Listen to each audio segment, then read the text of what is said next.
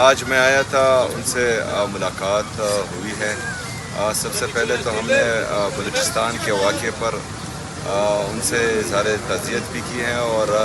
دہشت گردی کی اس واقعے کی، دہشت گردی جہاں پر بھی ہوتی ہے ہم اس کی ہمیشہ سے مذمت کرتے آئے ہیں، اور اس کے بعد بھی مذمت کریں گے انشاءاللہ۔ جو ہمارے صوبے کے مسائل ہیں، چاہے وہ NFC ہے، چاہے ہمارا CRPC ہے، چاہے ہمارا NHP ہیں، اور جتنے بھی ہمارے باقی بقایا جات ہیں وفاق پر، ان حوالے سے بات ہوئی ہے، اور دہشت گردی کے حوالے سے ایک مشترکہ لائحہ عمل پر بات ہوئی ہے، اور جو ہمارا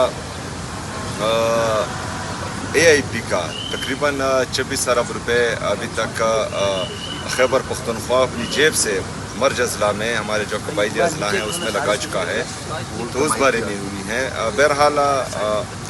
شہباز شریف صاحب نے احسن اقبال صاحب کو اور باقی ٹیم کو ہدایت جاری کر دی ہے کہ وہ مزمل اسلم صاحب سے آج ہی اس حوالے سے میٹنگ کرے، اور جو ہر ممکن کوشش ہونی چاہیے کہ یہ مسئلے حل ہوں۔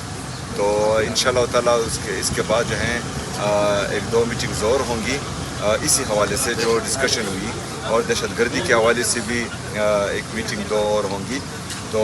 اس میں جو ہیں باقاعدہ جب فیصلے ہوں گے تو وہ آپ کے سامنے رکھ دیے جائیں گے۔ ابھی ان باتوں پر ڈسکشن ہوئی۔ میں تھوڑا سا ایڈ کر لوں طارق سمیر M نیوز سے۔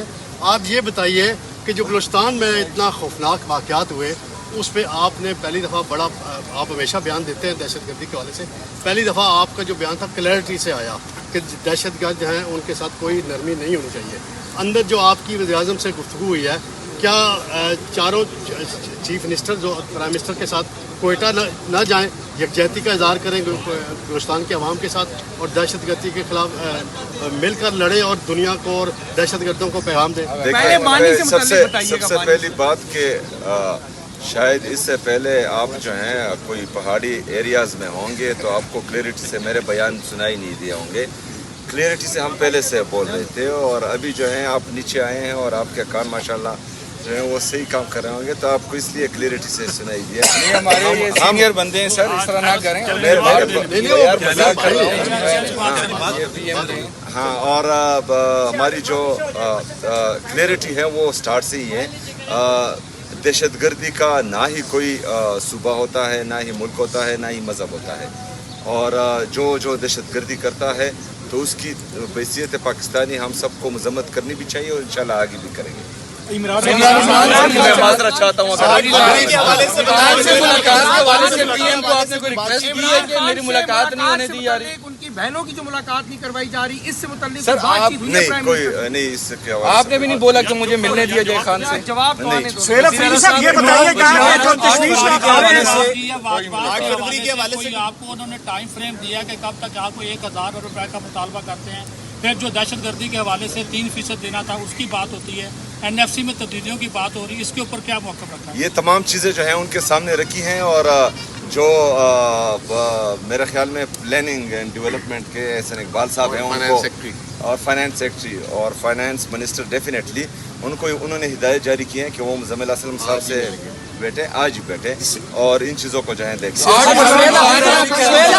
سہیل افریدی صاحب یہ بتائیے گا، سیاسی کسی چیز پر بات نہیں۔ سہیل افریدی صاحب یہ بتائیے گا، کیونکہ PM صاحب آپ کی سیاسی کمیٹی کی جو لوگ ہیں ان کو کہتے رہتے ہیں کہ آپ بیٹھے آئیں ہمارے ساتھ مذاکرات کریں، وزیر اعظم صاحب آج آپ کو باقاعدہ طور پہ انہوں نے کوئی بات کی ہے کہ آئیں ہمارے ساتھ بیٹھیں، مذاکرات کریں، کوئی آگے کا جو ہے وہ حل نکالتے ہیں پاکستان کے لیے؟ یہ سوال یار جواب تو دینے دیں بھائی۔ نقل مکانی کی جا رہی ہے وہاں پہ، اس حوالے سے 4 ارب روپے کا الزام وہاں پہ لگایا جا رہا ہے، اس کے حوالے سے کوئی بات چیت کی گئی؟ دیکھیں 4000 ارب نہیں، ہم تو 4 ارب روپے نہیں، ہم تو 5300 ارب روپے جو IMF کا رپورٹڈ ہے اس کا الزام نہیں لگاتے ہیں، وہ چارج شیٹ ہیں ان کے خلاف جو 4 ارب کی باتیں کرتے ہیں، اور یہ ساری جو ہے سیاسی بیان بازیاں ہیں جو 4 ارب روپے ہیں۔ 5300 ارب روپے کی بات اگر ہم کرتے ہیں تو وہ IMF نے رپورٹ کی ہے، وہ ہم الزام نہیں لگا رہے ہیں۔ 4 ارب روپے جو ہیں